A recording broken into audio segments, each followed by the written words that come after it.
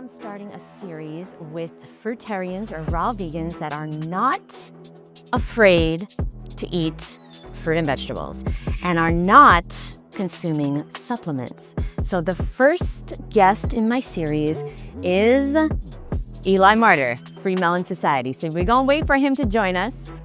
We are gonna talk about supplements and why they're a scam. And we're gonna start with B12. First of all, Eli, I want to know, they know everything about you now. I did your whole biography, so we don't have to introduce you, okay? So I want to know, where do you get your B12 from? Am I the first person to ever ask you this? No, not at all. Not at all. But just for the purpose of this, it's good to flesh out some context. This depends on how fast you want to move through things, what type of answers you're looking for. What do you say to people that ask you this dumbass question? What do you say to people? In a pinch, I would say that, first of all, Mother Nature took care of you. Okay, consider how long we've been on the planet, and we never had any need for any of these considerations. Sometimes I will get the reply, "Oh, but the world is different now," right? Which it is, but it's not so different that you need to invite toxic chemicals into your system in order to supposedly get what we're calling B12. Now, the problem is that people don't know and understand what the vitamins that they're taking are. Like, they don't understand the nature of them. They don't understand the industry behind them that has produced them.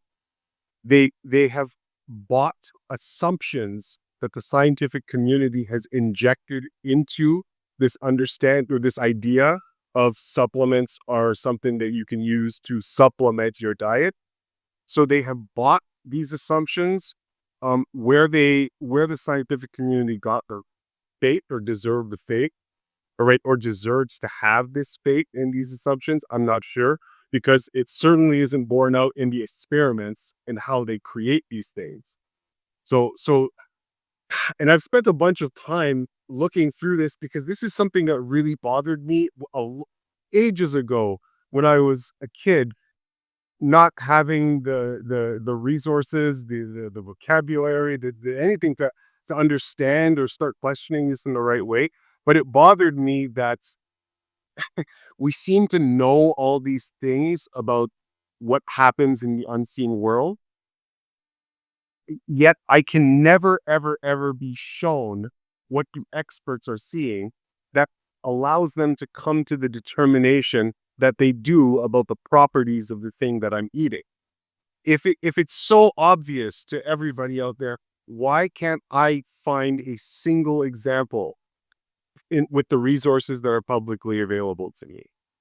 If I wanted to build a chair, for example, I know I'm giving you a bit of a long-winded answer, but No, you're going to translate your own answer in a minute. Yeah. For the rest of us. So if I wanted to build a chair, Yes. example, I can go onto the internet, I can find meticulous detailed instructions on how to do that. I will be shown the materials that it's made from, sourced from. I'll see how those materials are actually worked into arrangements, how they're processed, and how they're put together in the chair. And then I can hold the chair out in front of me. I can see it, or I can see video of someone else doing it, and I can have a very definite understanding of how to build a chair, how or where chairs come from. Okay, good luck finding such clarity on vitamin B12. Good luck. All right, just try to find a set of pictures or video of B12 in action, or an actual photo of what B12 is that is in any way coherent, that would allow you to have the confidence to say that it does such and such and such and such and such in the body. Good luck. You're not going to find it. Not going to find it. Why don't we go through? Okay, let's go through a bit of a hilarious process of how B12 is, right? Okay, so you start with genetically modified corn syrup or some sort of sugar, right? Now we're talking about industry here. So industry is always the default bottom line is make profit, right? So they have no choice. They always have to cut corners. They always have to do the cheapest thing. Otherwise, you're a bad business. That's just how it works. So you're always looking for the cheapest type of syrup or glucose or sweetening agent that you can possibly find. So it's usually GMO corn, maybe sugar beet juice or processed corn juice or something, right?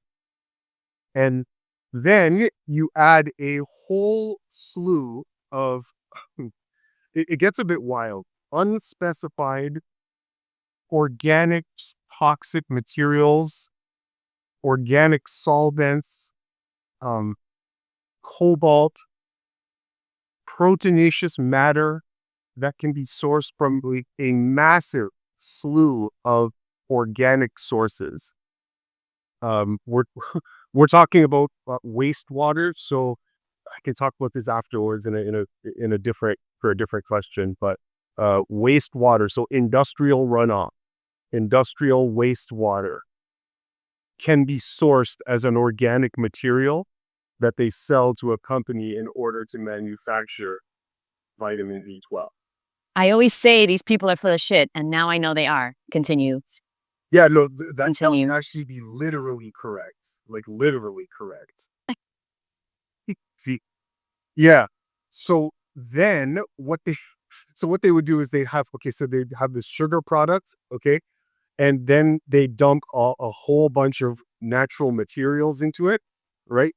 Let it ferment, and essentially that's not enough, right? So that's not enough. So what they have to do is they have to add into that soup now a massive slew of hyper toxic materials, incredibly toxic materials, um, cyanides, acetones, this is like a nail polish remover, alcohols, methanols.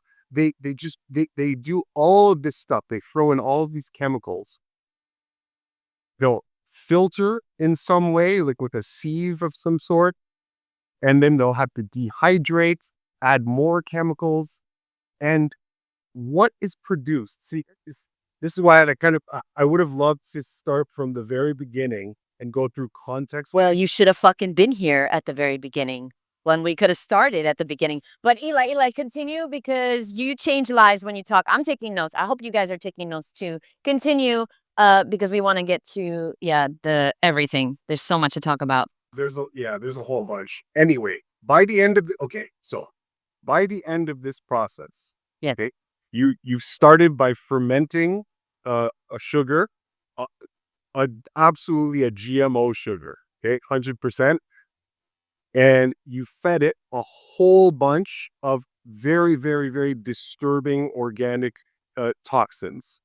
All right. The bacteria will ferment, and then that's not enough. Then your next job when you're producing B12 is to dump industry chemicals all over the crap, just a whole bunch of them. Then you're gonna dehydrate it, desiccate it, throw more chemicals on it. Okay, after all that's done, and then you'll filter, and then the result that you get from that, this is where the magic comes in. This is where the magic of science comes in. They simply call it B12. At, they just call it B12. Okay, so I can't do it. it's very difficult to understand because it's confusing to begin with, right? Science science has a very, very difficult time, all right? And I need to go through context building to understand how we get here in the first place. But if I'm skipping a whole bunch of it and I'm cutting to the end, all right, There are a slew of reasons why society has been created and erected in the way that it has. Okay, starting from the Renaissance in 1300s to the 1600s, moving down through the Enlightenment philosophers that gave us this confidence in the human mind, in the human spirit. We were trying to break away from the old shackles of dogmatic theology, right? And this authority of hyper religious rule and mysticism. So we're trying to break away through all that from all these ages. And we come up to the Industrial Revolution now, where we've been through this process where we are beginning to develop a feverish pitch to glorify the human mind and the scientific process, and literally breaking away from everything that is godly and the rules of God and the rules of nature. We want to literally play God and fashion the world in our own image. Literally the exact the satanic thing, right? The devil, the how it operates. It's the adversary. So now we're into the Industrial Revolution, getting into the 20th century now, and we're just obsessed with mechanizing things. We've developed machines to do everything, and this obsession starts to build in the human mind that the elites of society, the world engineers, they want to do the same thing with life itself. Okay, they want to control life itself in the same way that they've controlled material resources, because there's this playing God fixation in their minds.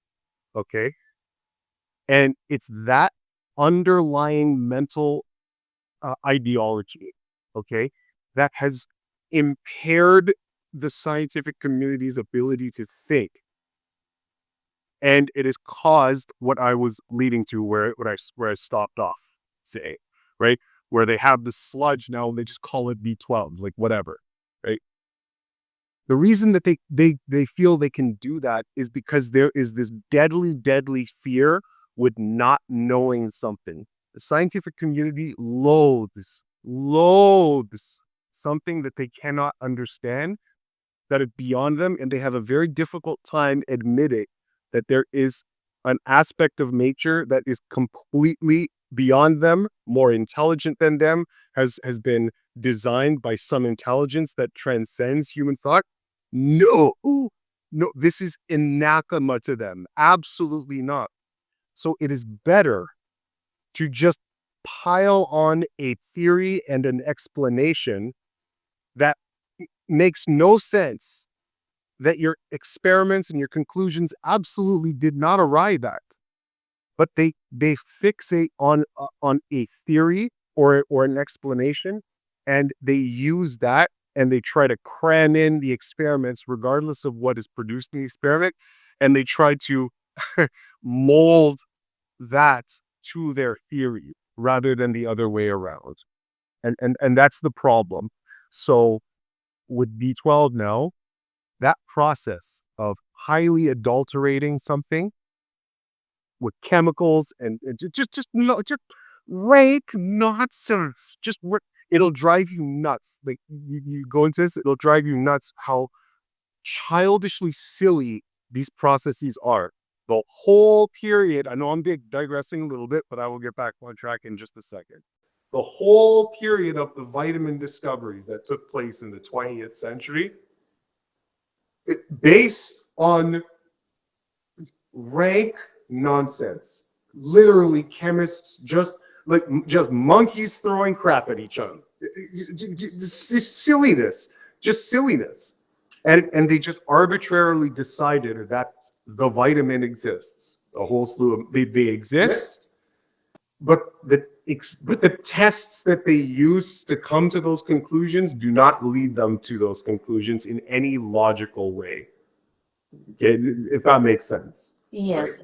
Where did you, okay, hold on. There's so much to unpack, but you're a very important person in the raw food movement. So I pray you don't have a B12 deficiency, because we need you, Eli, because you do the research, and people just ruminate on their fear and then click on Amazon link and get their B12 because it's, you got to be safe. Why not just take it just to be safe, just to be safe? So now my question is, I just want to know, where did you learn to not fear, or how did you learn, or have you always been this way, to not fear what other people are fearing? Because everyone is taking B12 because of fear and you are not. So where did you get this like confidence from, or have you always been like that in general? Okay, so I've never really bought into and believed the whole supplement thing. It was just never part of my upbringing, save for maybe a couple of years when I was literally a kid, a baby, fresh from being a baby, and your parents give you children's fun, colorful Flintstones.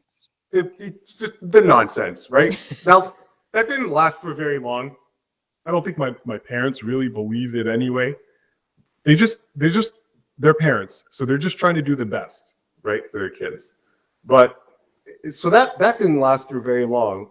And then I had to adulterate my body for several years when I'm growing up, right? Like a lot of people.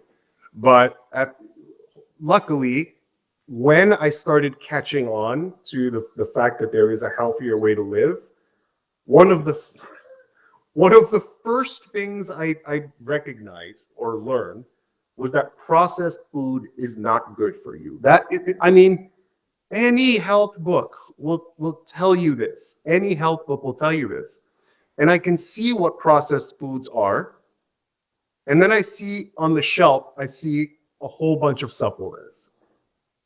And they look eerily similar to processed foods that I'm told that I'm supposed to avoid. Eerily suspicious.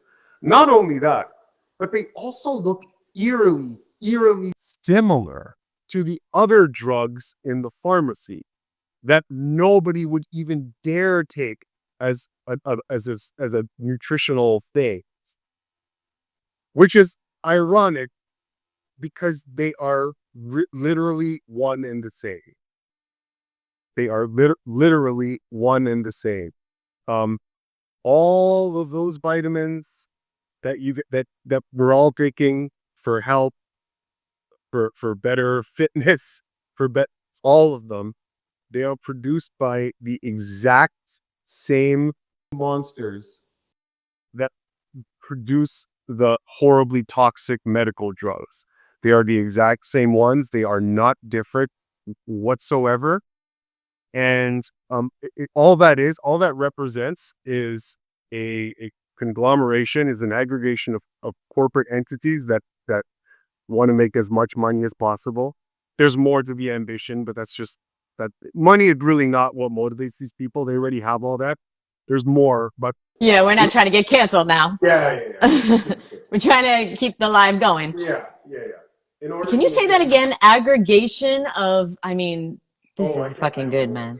It's Yeah, you don't even know. some sort of Oh, aggregation of corporate monsters. yes, Okay? thank you. An aggregation of corporate monsters. That's good, man. Okay, continue. I'm sorry.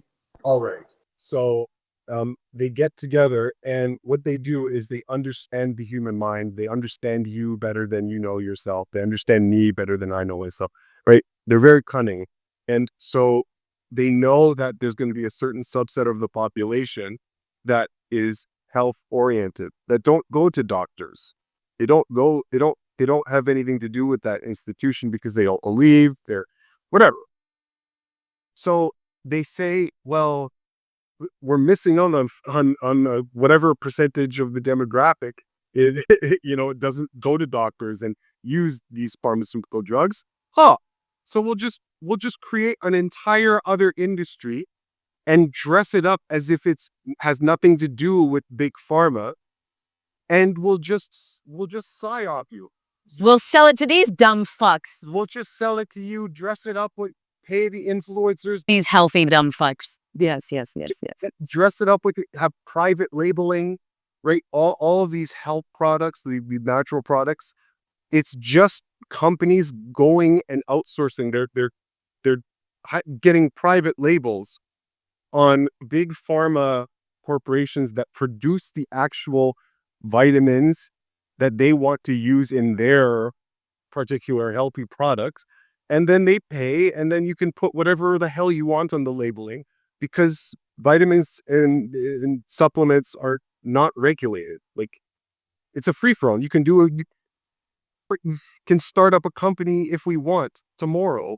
We don't need anything. We just need enough money to buy the products. We go shopping, buy a whole bunch of pre-made fabricated chemicals, and then throw on all of our organic and feel good butterflies in the air. Watermelons. Yes. Yeah. Okay, now, Eli, I know people are going to ask this question. And if you guys have questions, put it in the question mark and I may get to them if it's a good question.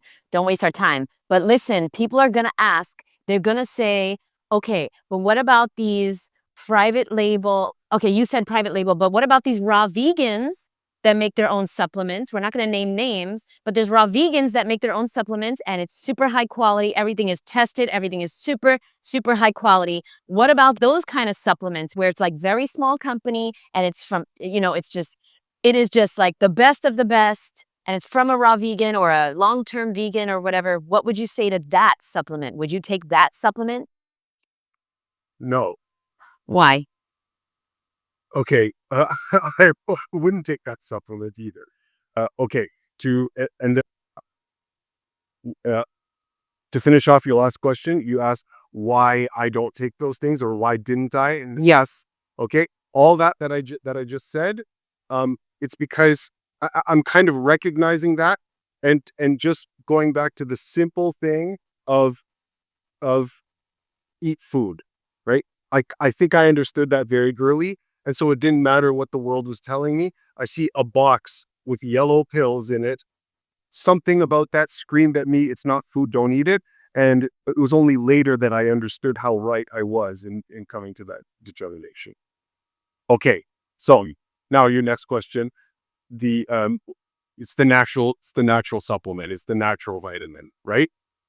Uh, why would I not take that?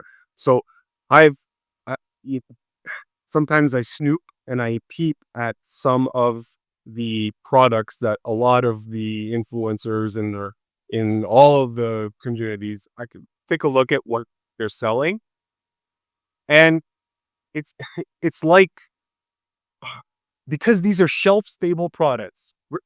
Any way you slice it, these are shelf stable products.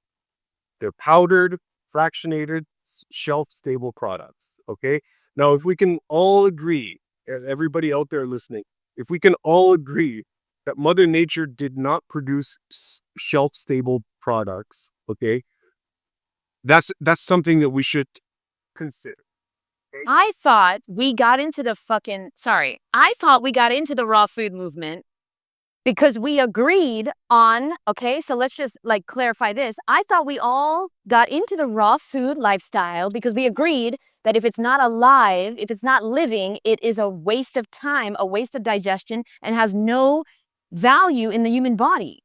But yet, raw vegans are out here taking supplements. So that's why I really wanted to do this with you. So I'm sorry, but I needed to get that out because Eli, I thought we were all the same until I started seeing these people on YouTube like promoting these supplements, and some of them make their own. And they're like, you got to take this. But I thought we went raw because we're against that kind of shit. But continues. Yeah, no problem, no problem. So I've snooped a bunch of these products and just gone to the site, your websites and whatnot, and just taken a look, and you'll find some very nice looking ingredients. Okay, the things that we all want to see. All right, just one product, and it's a whole boot of some sorts. Okay, and all is looking good. Inevitably, though, from some of the people that are leading voices in the community, okay, and looking at the stuff they sell, inevitably a couple of ingredients or one or two ingredients will show up that I would like flag them. Oh, that's that's that's an industry chemical. That's just another name for an industry chemical. And oh, look at that. Oh, that's another name for MSG, right? If you're selling plant protein or a protein powder of some sort, there's there's a good chance that you're selling some sort of MSG derivative in there. Good chance, good chance, or some other industry chemicals. So what it is it's a couple of harsh chemicals that need to be there by default in order to create a shelf stable product filled with a bunch of other things that are supposed to make you feel good and you would cautionize about the product. Can you have a supplement without a unhealthy ingredient to make it shelf stable? Is it possible to have a supplement that is healthy without any type of preservative? Healthy is a spectrum. Right, right. It's a spectrum. Is valuable, is good enough for you to ever consider taking? Y- Oh, for me personally, no, You. no, You. no, no. You. There's no. I Yeah, we're talking about you. me personally. Oh no, my whole life, I've never taken these things. I had maybe, um, maybe less than a handful of days where I tried a B12 supplement way back in the day.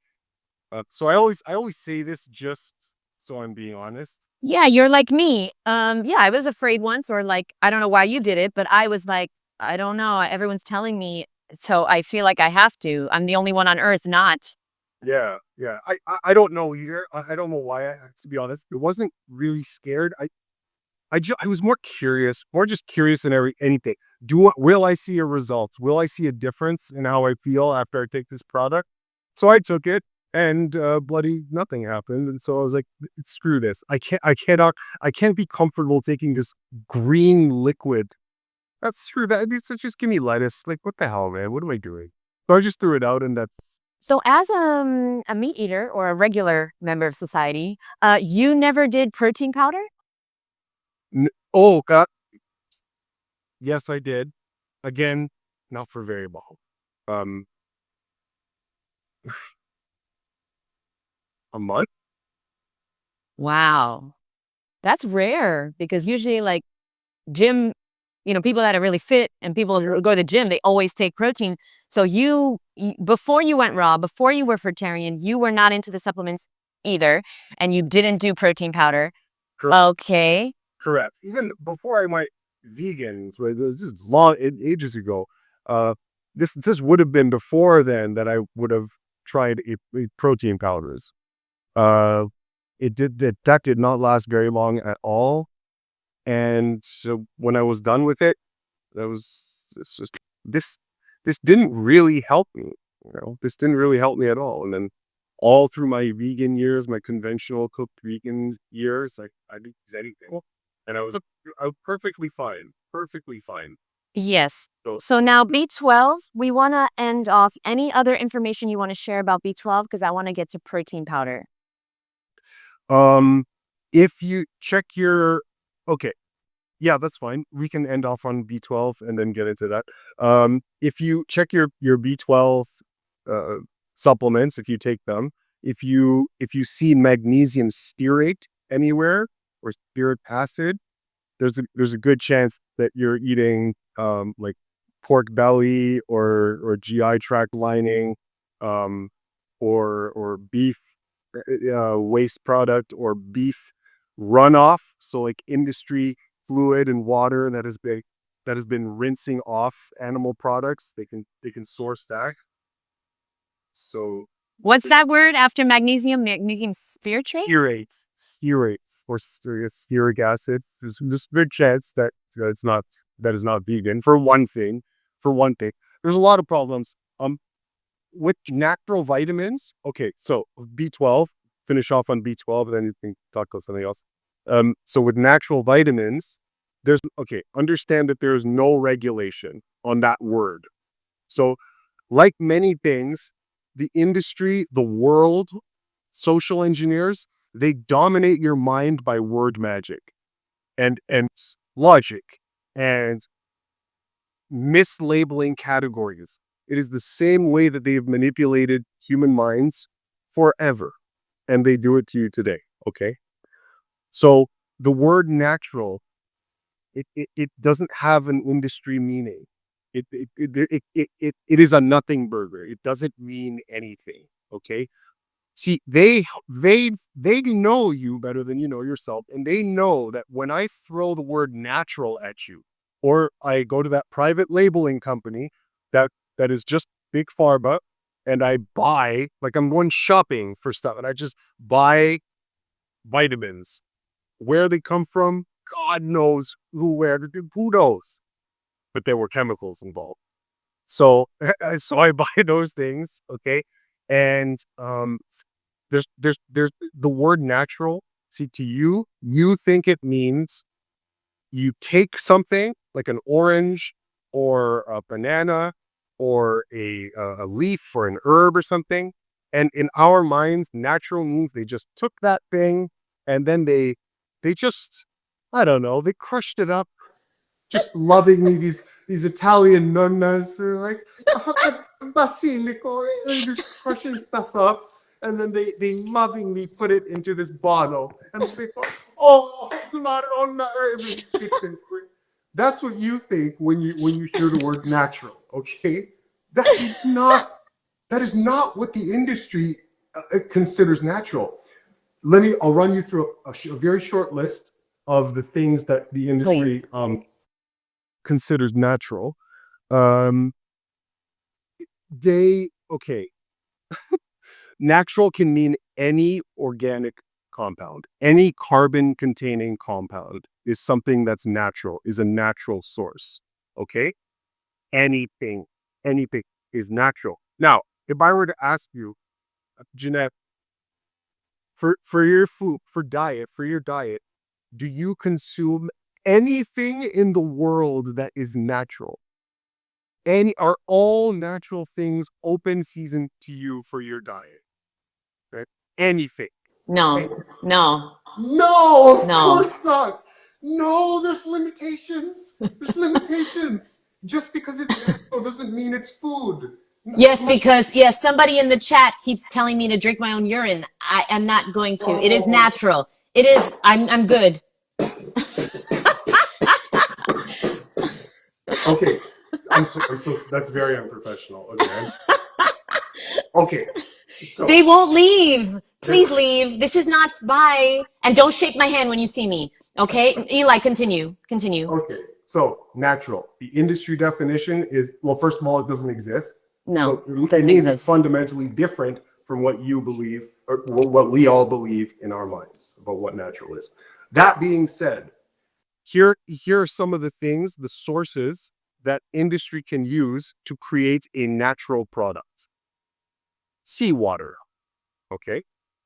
So far, so good. Doesn't sound too bad, right? Seawater. Oh, that's natural. The seashells that come in the seawater. Rocks. Sand. Mud. Oh my God, I can't do it. Sawdust. Wood shavings. Um, the insects that come on the sawdust or the wood shavings, or even just insects themselves.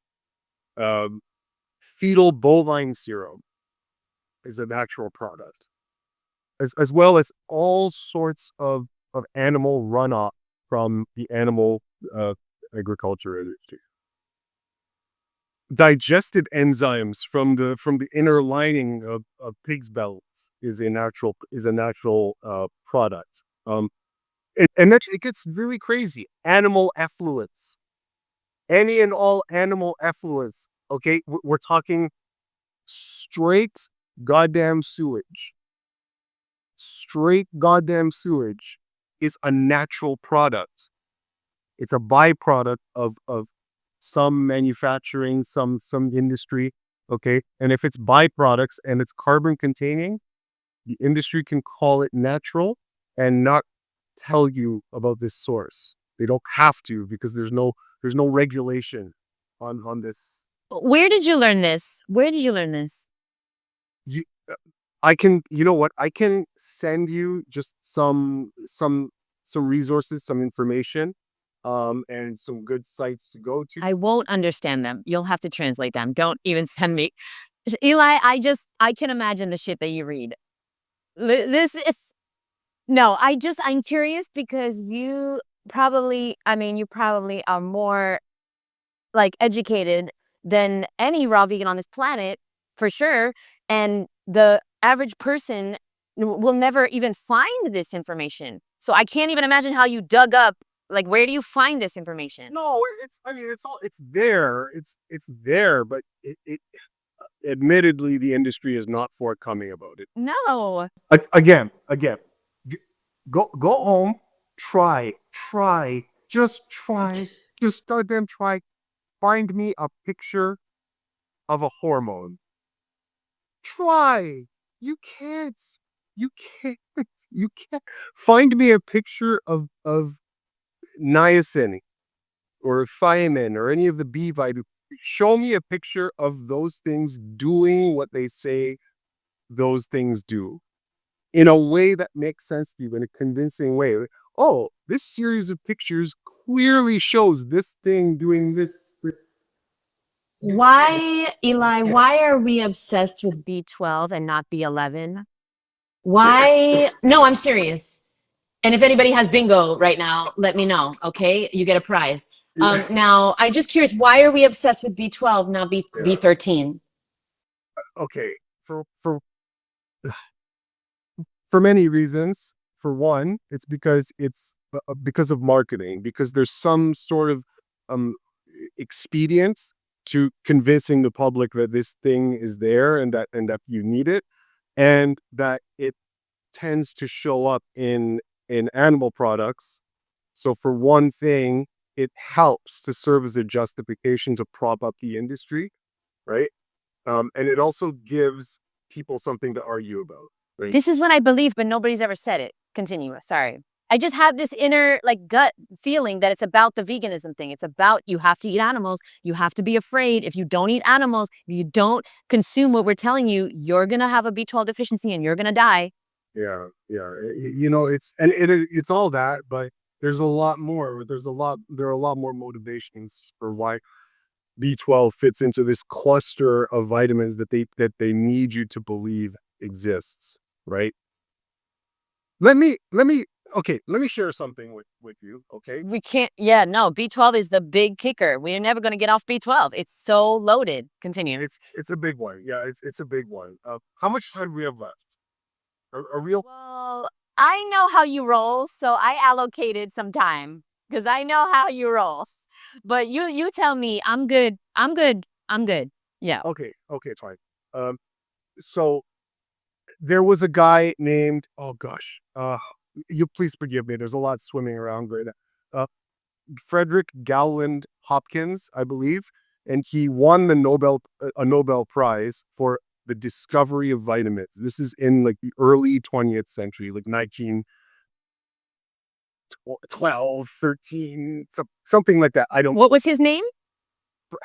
Dr. Hopkins, Thank you. Frederick Gowland Hopkins. Okay.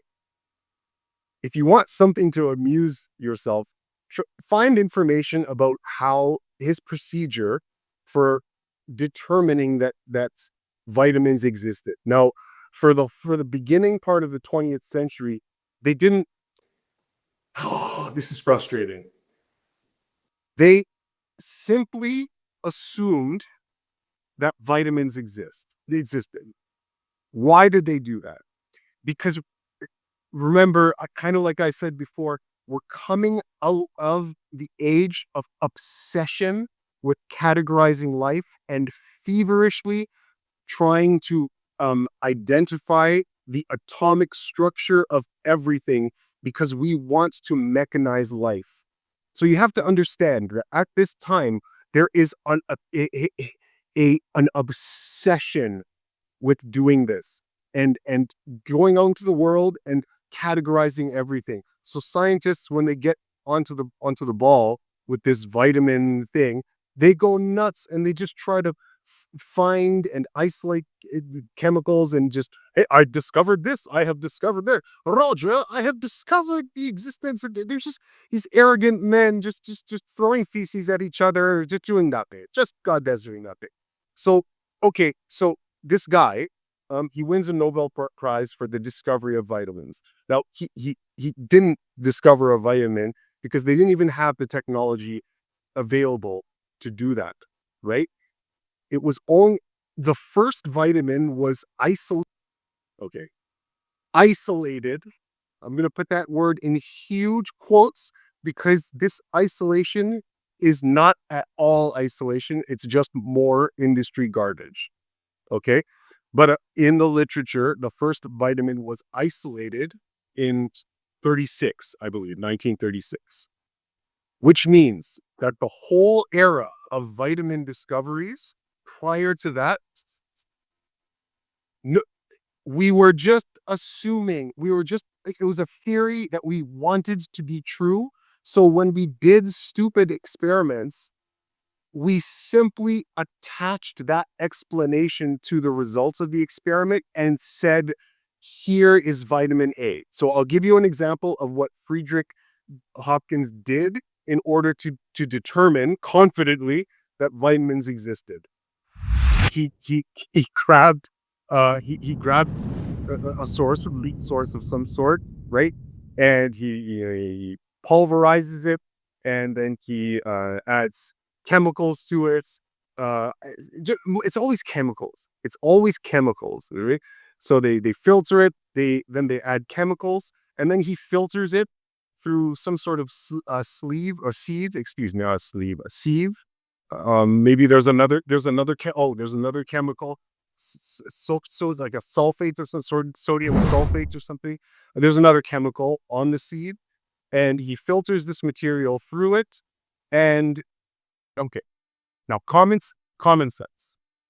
I have a substance, maybe it's an apple or whatever. I pulverize it.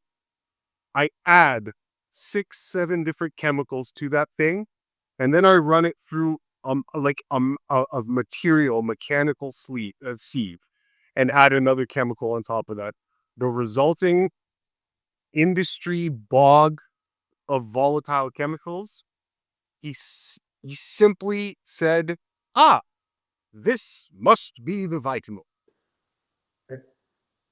And that's that's that was it.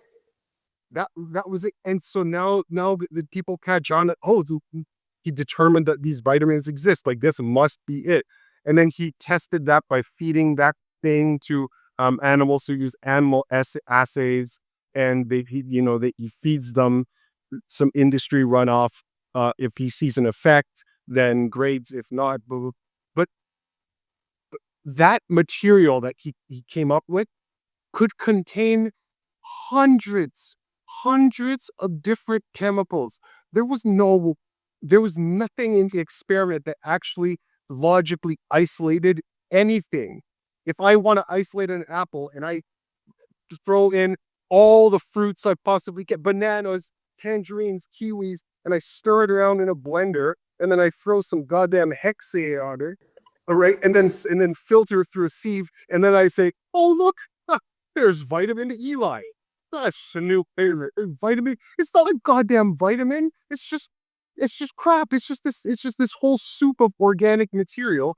They because of this obsession, they call it a vitamin, and they have been repeating that process in different ways with different equipment ever since. So the question, thank you. I'm gonna have to watch this again. But listen, Yeah. what do you say? We're just doing B12 today, Eli, because so many questions. What do you say to the people that comment and talk to you and tell you that they were raw or vegan and they became deficient, and then as soon, now they're irreversible nerve damage? Every once in a while, I'm sure you get this comment. And then there's two types of people. One is they started supplementing and all of a sudden they feel better. Well, we know that's placebo. We know that.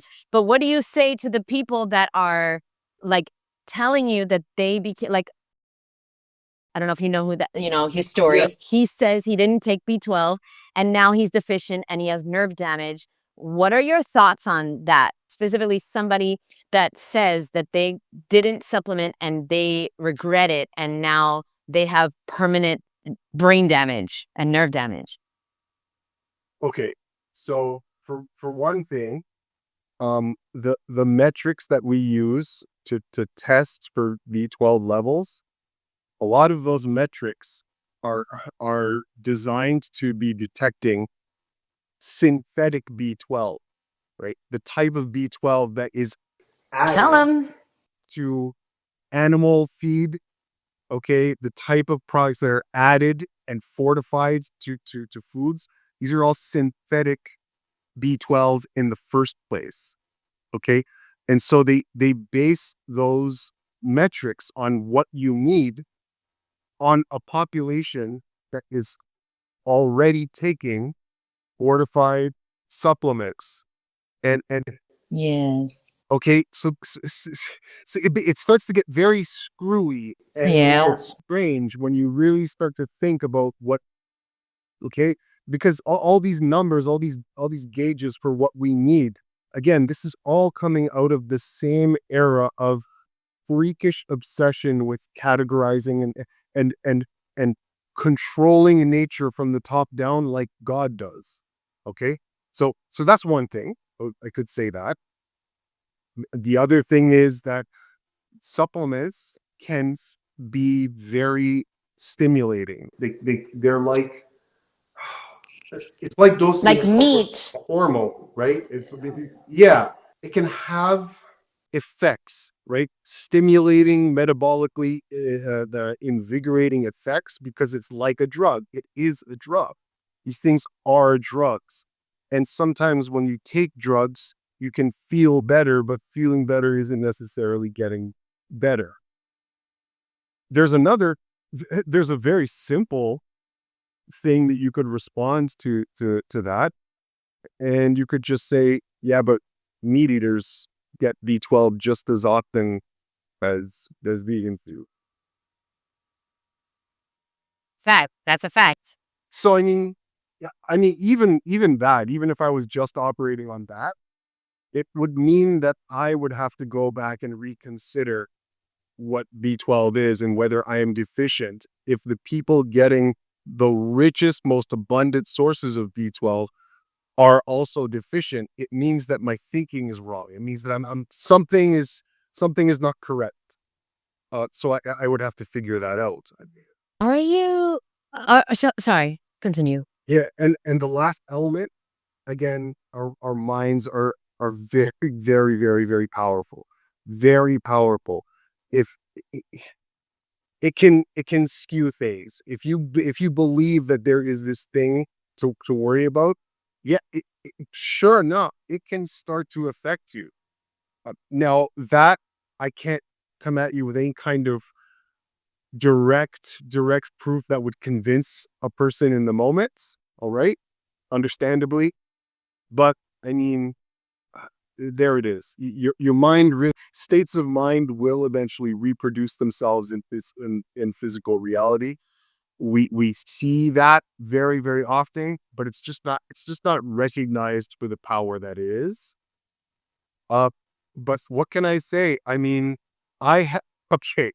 I am, as a raw vegan who eats very minimally, mostly fruit, and some vegetables from time to time. I'm very, very active. Again, very, very active. Like, with a lot of physical activity. I'm a professional stuntman. I have activity and an exertion, and all this is part of my life. And I've never even sniffed or sussed a B12 supplement. I need say for that one time, like for a couple days. Yeah, don't say that, because then John Kohler's gonna find the video and put it up and call you a liar. So continue. Sure. Yeah. So aside from those couple days, then it's not on my mind. It's not. I'm accepting and having faith in the intelligence that this machine was constructed with. And the edifice of science and its offspring, the mindset of scientism, which is a dogmatic belief in science. Okay, what that has caused, it has caused us to be pathologically unfaithful to the wisdom that is inherent in the body and in the mind. And we have learned to not trust those things, but trust the other experts. But it's funny, if you were to go and ask those experts, hey, do you mind? I want to buy this jug of B12. Do you mind running me through what's in it? Because I don't really know. Oh well, it's just this proprietary blend of well, just check the website and they'll have all the information that you want. Oh, check the website. Yeah, okay. Check the goddamn website. Nothing. Nothing. Nothing. Nothing. Check the internet. I need to see some pictures of B12 doing this thing. Yeah, you'll grow old. You won't find it. It's not there. It's not there because again, just playing smoke and mirrors, man. Smoke and mirrors. What percentage do you think the placebo effect has on your health in general? What percentage do you think? Because from what I'm gathering from what you're saying is that when we get a blood test and we see we're low in B12, it works on our mind. And if Yes. what percentage do you think it is the placebo effect? What you're doing with the fruitarian diet? That's that's a hard that's a hard question. I don't know if I can confidently give you an answer with that. But what I can confidently say is that there is in fact an influence. It does register on the total spectrum of causality. But it is there. And I guess it would depend on the mind. How strongly do you believe this? How fearful are you? How worried? Like, are you living every single day? Like, okay, I need to eat this to satisfy this. I need to eat that. It's like, oh no, I didn't have my. Oh yeah, I should have that shake because there's this thing in it. Like, and how feverishly worried are you about this? If you are, then that will probably inform your consequences more so than someone else who's just like, yeah, maybe. Yeah, I want to really hone this point to everyone watching. It's not just what Eli's eating, it's also how he's thinking. And he is in the habit of not being afraid. And the people that go on the raw food diet and are in the habit of fear-based thinking are absolutely capable of creating deficiencies, right? And not just deficiencies, but health issues in general. Then they go to the doctor tells them, oh, you're raw. Whoa, that's a problem. You got to do something about it. They don't do that. But okay, you're, yeah, you're not afraid. That's it, Eli. You see, but that comes from other things too, because you've been very like in sports, you're training for your whole life. It's training your mind to not be afraid. You're jumping off buildings and God only knows what you do. I don't really know what you do, but I'm assuming you jump off buildings and shit. I'm assuming. If you guys could be a fly on the wall and see some of the things that you have to overcome in my job, and people tell me all the time, yeah, you see, Eli, you seem very calm. I'm like, you should see what my day job is like, right? If you could see some of the things that we have to do, you'd watch and like, oh, oh yeah, that explains why he's so calm, right? So maybe that Can has you to tell us one of the craziest things you've ever done? craziest things I've ever done. Let's see. There's lots of things that for most people would be fairly crazy. On top of a building in Cuba, flipping off of a I don't know, a big drop and having to land in between a set of steel beams. And Okay, yeah, making that. right. So that But comes where do you get your B12? Where, Eli? Okay, no, let's focus, guys. Yes, okay, so we do have only like 15 minutes left. So, Eli, let me please ask you real quick. So B12 we covered. Thank you so much. I learned so much and I can't wait to watch this again. I always learn so much from your videos. Guys, if you are not following Eli, I'm going to leave his links on YouTube below. And if you're here on Instagram, just go to Free Melon Eli. I'm going to put all the links and I'll collaborate on this video. So please follow him. He will change your life. And also the most important part of Eli existing is that he's going to not every time I watch your videos, Eli, I'm not afraid. Like you really make me feel like very confident in my decisions, and I'm not afraid to be raw after I watch your videos. I'm like, oh, yes, it makes sense. When you speak, I know it's truth because it makes sense. It doesn't make sense that we should be afraid once we start eating raw. We should be afraid before. We should be afraid before we go raw. When we're eating Pop-Tarts and Doritos, we should be afraid. Okay, so now vitamin D3. Vitamin D3, do you, what are some, okay, so Eli doesn't take supplements. So we're not going to ask him, does he take them? We're going to ask Eli, what are some of the dangerous side effects of taking a vitamin D3? Just taking it because you should take it, like just in case. Okay, well, it's all vitamins, D3 included.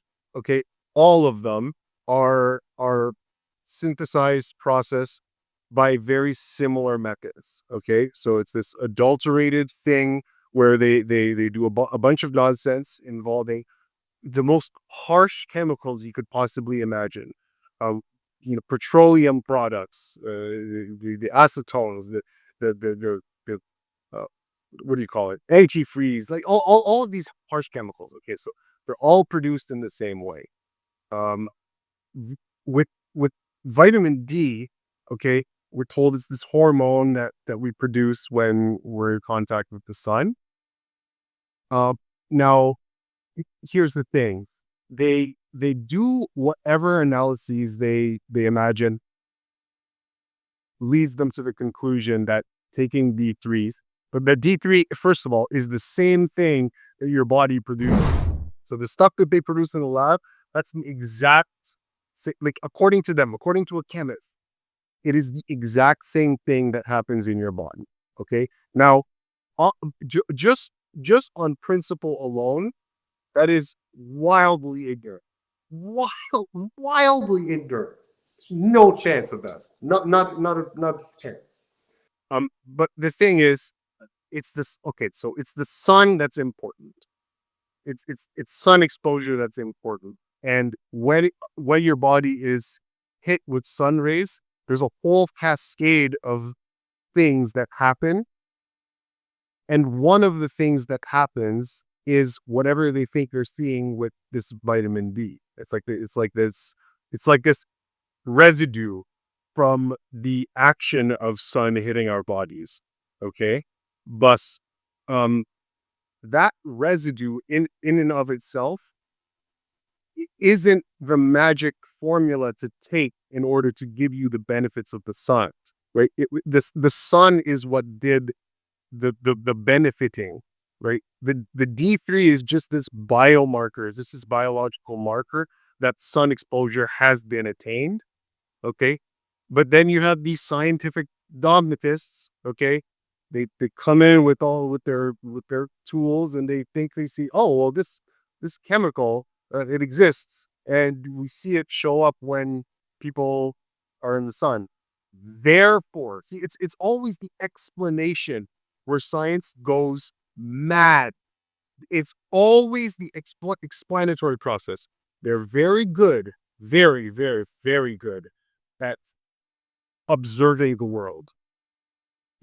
Science is fantastic for that kind of thing. If I want to find information on anatomy, then science people, they're not going to lie to me. I can go and I can confidently put faith into the fact that the bicep tendon inserts here. Like I can pour my faith into that. That's where they shine. But when they have to do interpretation of results or an explanation, they drop the ball. So they see this chemical, this marker, this vitamin D in the blood, and then they say, oh well, it's just a theory. It's just a theory. They just decide that that's the case. This must be the thing that is giving you the benefit of the sun, and it is the same as suck as getting some sun on a nice summer day. Taking this is the same thing. They just make that assumption. They just make it for no reason, for no goddamn reason. In your opinion, can somebody become deficient by taking these supplements who is not deficient in them? Could someone be could someone Become deficient by taking these supplements, the B12 and the vitamin D. Could they become deficient by taking these synthetic supplements? Yes. Okay. Let me tell you something very, very, very quickly. Yes, they can. So I'll digress. All industries, all chemical processes tend to create byproducts. Okay.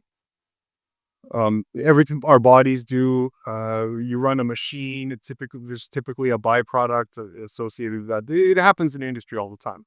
Now, byproducts are very, very, very expensive because as a company, as a manufacturer of some products, you have to pay to link to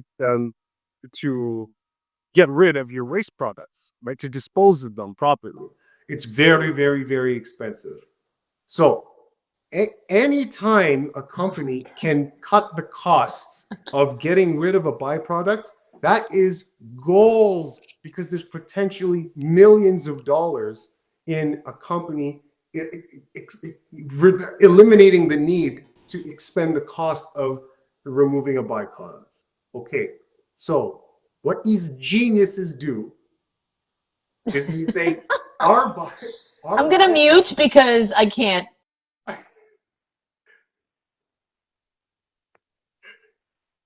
our okay, yeah.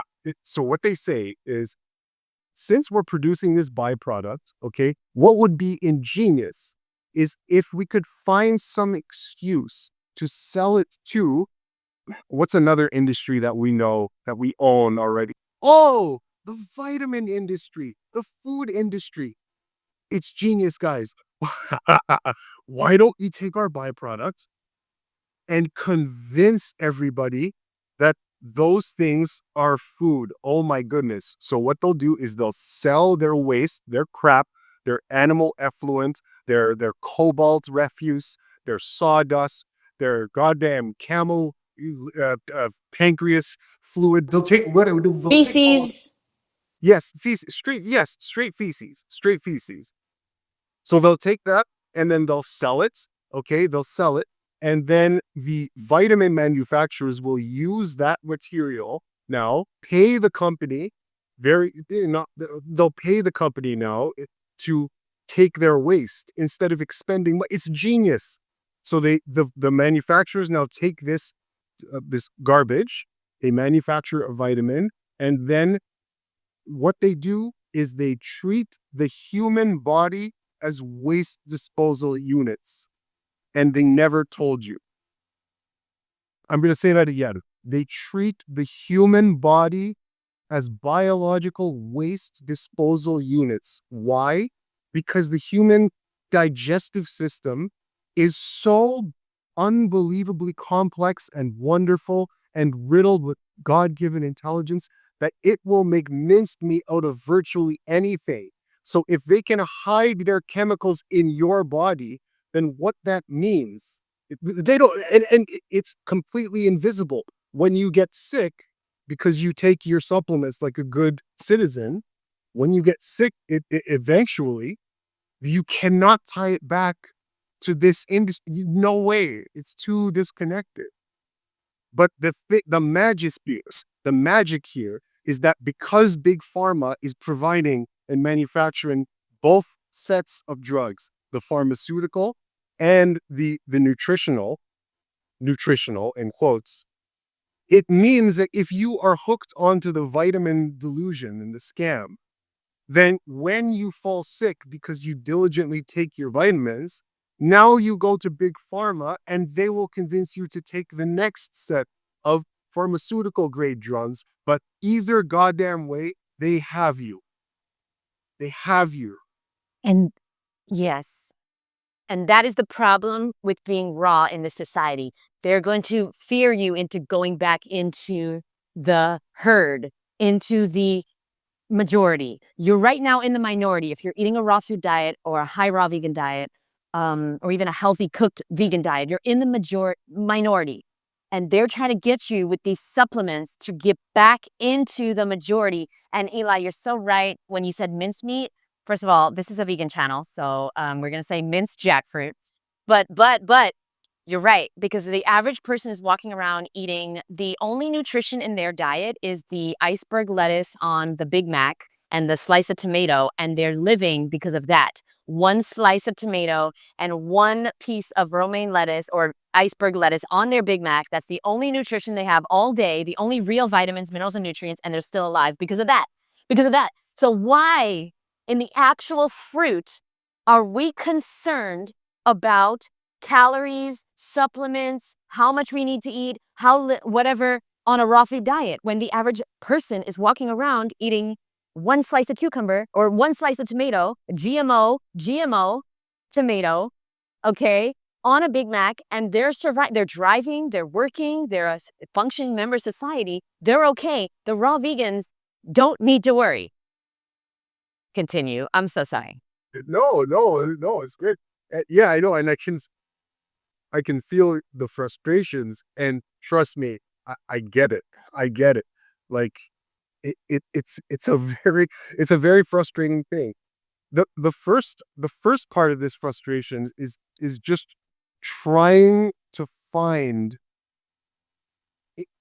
images or videos and because you imagine how could okay part part of the thing here, part of the way out of this hole is to start asking the right questions.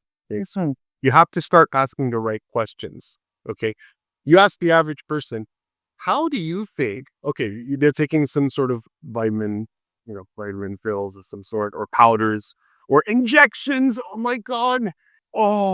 And now we're bypassing the processing system of the body and going directly into the K's chamber, straight into the blood with no screening by security. Holy moly! Oh my god! So it's safe to say you're not getting the B12 shot. No, Is that what you're saying? Okay. no, no. No, I'm not. No, I'm not. So, yeah, it comes down to asking the right questions. So you ask someone, how do you think this vitamin got packaged in this bottle? Like, what do you think the process was? Right? Just ask out of curiosity. Ask, where do you think this vitamin came from? Right? Just a simple question. Why is it that you imagine that we have so much information about these vitamins and what they do, but you can't find a bloody picture of it, or a video, or anything, right?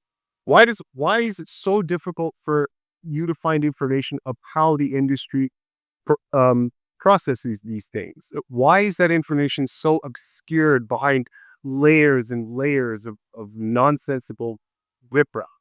Why? So asking the right questions, right? Um, because many people will believe something about the vitamins that they're taking that has nothing to do with reality, right? Oh, and if you were trying to know me as a person, right?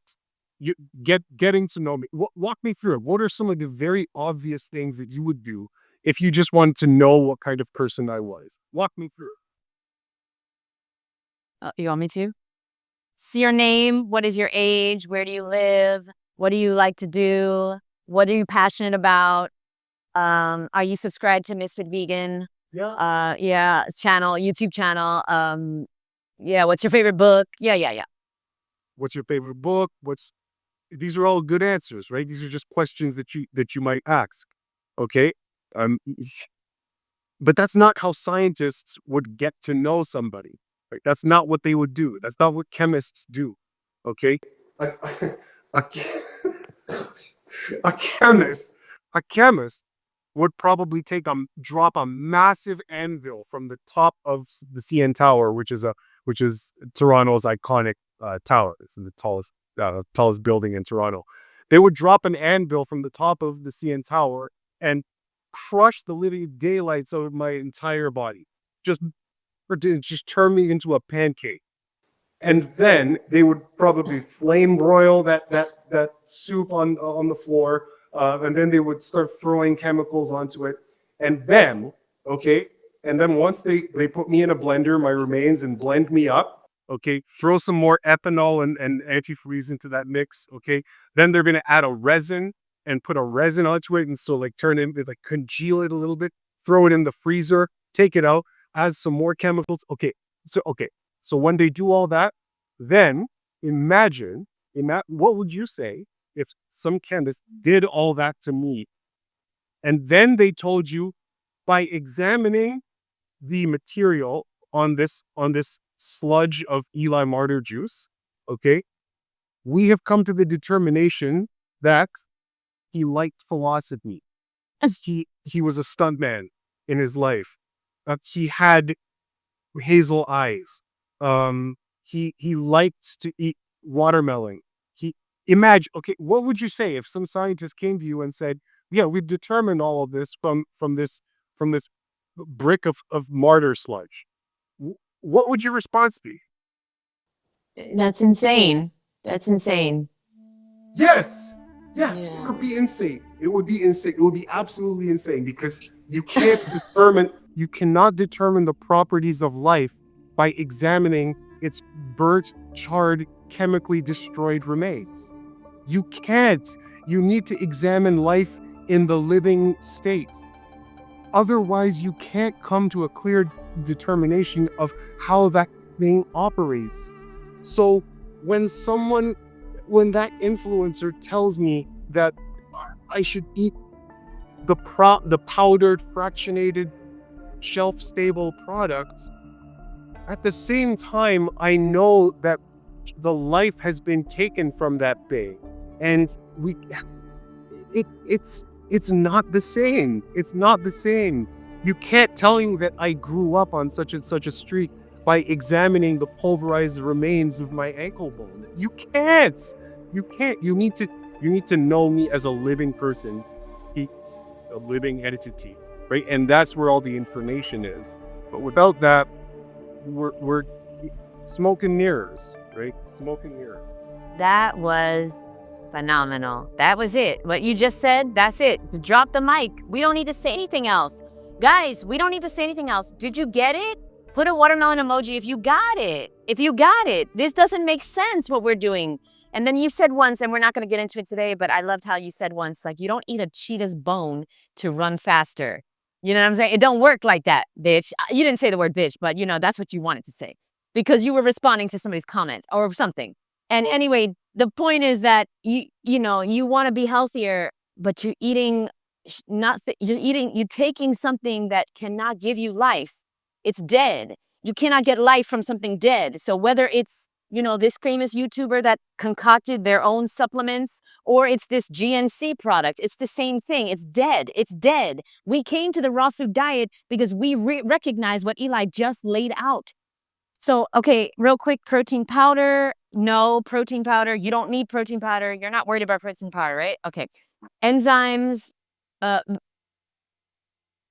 iron. Can you tell somebody that it just goes on and on. But what? Enzymes. 2 seconds. Please. Enzymes are you can destroy them very, very easily. You can destroy them very, very easily with heat and processing and whatnot. Okay, so if that's the case, then in order to make a product, a shelf-stable product, I have no choice but to subject it to all the things that destroy enzymes. So at the end of the day, my logic says, well, why don't I just eat the piece of lettuce that you made the product from, and then I would get all the enzymes and not 50% of them or 40% of them, right? Why don't I just do that? If I really need to, right? If I want to be safe, I could eat 2 pieces of lettuce. Huh. I don't know. Christ. Why do some raw vegans say that they need to have that they CMOS? Do you believe in this CMOS thing? Why do some raw vegans say it's 92 minerals out of the 108 and it's really good for you? What are your thoughts on the CMOS? Um, my thoughts on the CMOS. Uh, have you have you ever have you ever been to the beach? I live on the beach. Okay, yeah, you live on the beach. Have you ever picked up like seaweed, pond scum, any like any of this, Yes. and just is it appetizing in any way? It smells, it's gross, it's slimy, and I avoid it when I'm swimming. But if there was a mango floating, I would not avoid that. But yeah, Oh, the seaweed I avoid. right. Even a child that knows nothing about nutritional anything, you show them an apple or a mango, and they're fascinated. They want to put it in their mouths. They want, oh my god, what is this, right?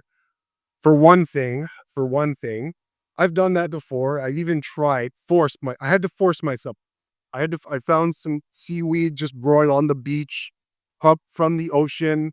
Okay. And I picked it up. I'm like, God damn, martyr. Oh, no. Oh, really? You're going to do this right now? And I tried some. I ate it. And, well, no, I didn't swallow. Like, it was gross. It was gross. It was gross. Uh, so for one thing, if I'm being honest with how I'm designed and my sensitivities, it's hard for me to bring myself to accept seaweed as something that I should be doing every single day. It's very difficult for me to do that. I'm not super opposed to someone including seaweed. I mean, yeah, like, you can, sure, especially if it's just the whole food itself. All right. Um, I'm not super opposed to it. It's just that it would take a lot of convincing to get me to believe that the minerals and the nutrients in that are better absorbed than in fruits. In fact, fruit, because of the nature of fruit, because it's designed as food, the the nutrients in fruits are far more bioavailable than those that come from vegetables. It can be as low as 5 to 10% of the nutrients that you absorb from vegetables. It can be frighteningly low. And with fruits, you find that bioavailability much, much greater. So, uh, so there's that element to consider as well, right?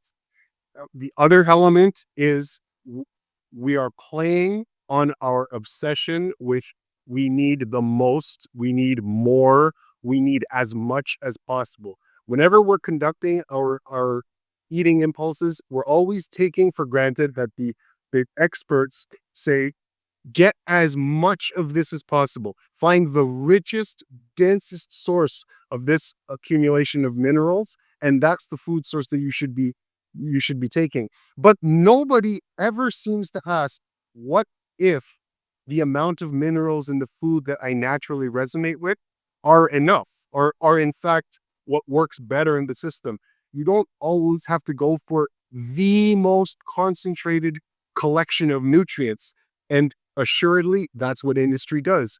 Ask someone why they eat sea moss. Inevitably, they will tell you that it's because it contains all the minerals, all these minerals. Nobody is doing it because sea moss tastes great. Nobody's doing that. Everybody I've asked. You know what they do, Eli? There's companies that they mix it with fruit to make it taste good. You know that, right? You can get mango, you can get No, I didn't strawberry know. sea moss. Yes. Oh, of course. Yes. I didn't know. I didn't Okay. know. So last question of the day. Well, what if you're eating mostly fruit, right? I think you do eat greens when you want, Yep. right? Okay. Very nice. Now, question, what if you went to the doctor, do you get blood tests? Not nearly as often as the medical community would suggest that I take blood tests. Yes, Eli was so kind to do an episode with me on this. He came to my private community years ago. Thank you for that. And I'll leave that below. He did a whole entire episode with me on blood tests and how sacred your blood is. And I never knew all the things that he taught me. So I'll leave that below on YouTube. So watch that after this. So you don't really get blood tests too often. Do you need to get blood tests for your job? Like, when's your next blood test, you think? Until there's a pressing need for you to get one. I won't go into it because there's not much time. I'll do this another day. The last time I got a blood test was because I needed to. I had been poisoned from work with bad air quality, and so my breathing was for a little bit. It was kind of compromised, and it was it was making my heart rate race for it. And it's like, oh, now I just gave it time, and my body cleared it out, right? But I did go in and went, okay, maybe I'll just go in and get checked. And part of the checkup was to get a blood test. They told me that if there's anything that's off or weird about your blood test, we'll contact you. They never contacted me, and they're like, no, honestly, man, you're fine. We can't see on paper. You're like perfect. Okay, hypothetical question, because you and I are not getting blood tests anytime soon, but the average person is, because they want to go to the doctor to find out if they're healthy, okay, which is another whole interesting concept, to find out if I'm okay. Like, please tell me if I'm okay. But if you got a blood test, Eli, and you were deficient in iron or iodine or anything, I'm just curious, what would you do with that information? Nothing. Um, I would. Okay, for one thing, for one thing, the those again, those reference ranges, not only are they based on the average population, okay? Not only are they based on average population, but they also take into account all of the fortified supplements that that population already takes. So the numbers by default are horridly skewed in the direction of excess. And remember that period of time that I was talking about in the vitamin discoveries earlier in the 20th century? Okay, so on on top of the colleges and the universities that the uh, groups, like the families, like the Rockefellers and other social engineering groups and other wealthy industrialists and the Schiffs and the Morgans and the Lees, the Kennedy, the Onassis families, all these. Going deep now. Hold on. I don't want to. I'm going to bleep all those out when I go on YouTube. I'm getting all that shit out. Hold on now. Fine.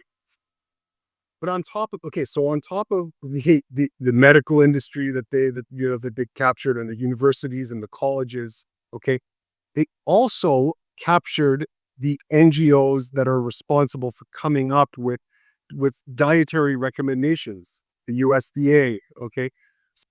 So, oh gosh, um, they bake into those inflated ranges and numbers. Why? Because they know that the vitamin industry is booming. It's a massive business. So in 1 second, by changing a law or by changing the ranges, the recommended, the RDAs, okay, the RDIs, by adjusting those to suit what the vitamin industry is doing, they can overnight make everybody deficient, which means that they can now convince you to go out and get their bloody vitamins. Control. So that whole system, it, you have to understand. This is the difficulty: is that the average person can't even fathom the grandeur, the massive grandeur of the scheme against human value, okay, and the human experience. People couldn't even imagine how many levels this goes up, how many institutions are all tied in this together. It's all of them. It's all of them. All of them. Okay.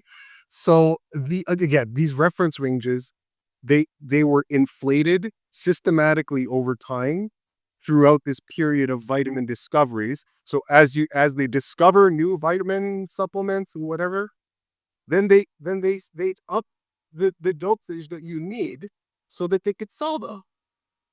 And starting in 1936, what did we do before 1936? Nothing. Feces at one another. How are we here, Eli? How are we here?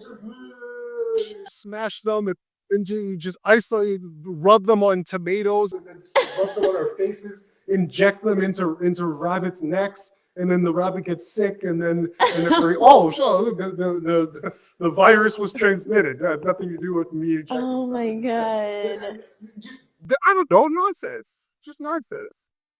Yeah, this is really good. Okay, I want to encourage. No, seriously, you are amazing. You are amazing.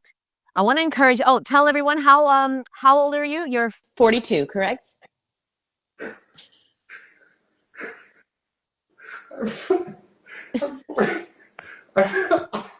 I'm 42. Yes, I'm Thank sorry. you. No, it's okay. I'll take it from here. So wait, Eli is 42. I am 40. Our results will speak for themselves. And you know why he's laughing? Because he's laughing at how stupid you are. Guys, you are taking supplements on a raw food diet. You might as well eat your own shit. The B12 will at least be raw. Do me a favor. Eli said that, not me. But do me a favor. Take your supplements, but don't take them out of fear starting today. You want to take your supplements, take them. But don't you dare be afraid of eating fruit and vegetables. You okay? Okay, now. Yeah. So, okay, we're ending this episode. I definitely want to do more. I want to do another episode with you because you're amazing. It's too much to cover. You have a lot of information that most people will never, ever realize. And what's great about you is that you're getting the results too. Because if you were sitting here as a overweight, middle-aged man, I couldn't really take you seriously. You've got the results, you got the information. I think you're one of the most important people in the raw food movement. Oh, cool. After me, of course. Like, Yeah. don't fucking play yourself. But if only you had hair, perhaps, maybe. But The thing is that you have the information and the results. And so let's end with a just very simple question. What did you eat? What did you eat today, Eli? We're curious. Oh my God, my iPad has 1%. 1% on it. okay, What did I eat? I had plums. I had a bunch of plums, and it's tomato season, so there's a bunch of bloody tomatoes in the cucina. So I had some tomatoes after I had some plums. amazing. Thank you so much, Eli. You're amazing. We'll talk to you soon. You're amazing. Bye. Bye, guys. Thank you so much.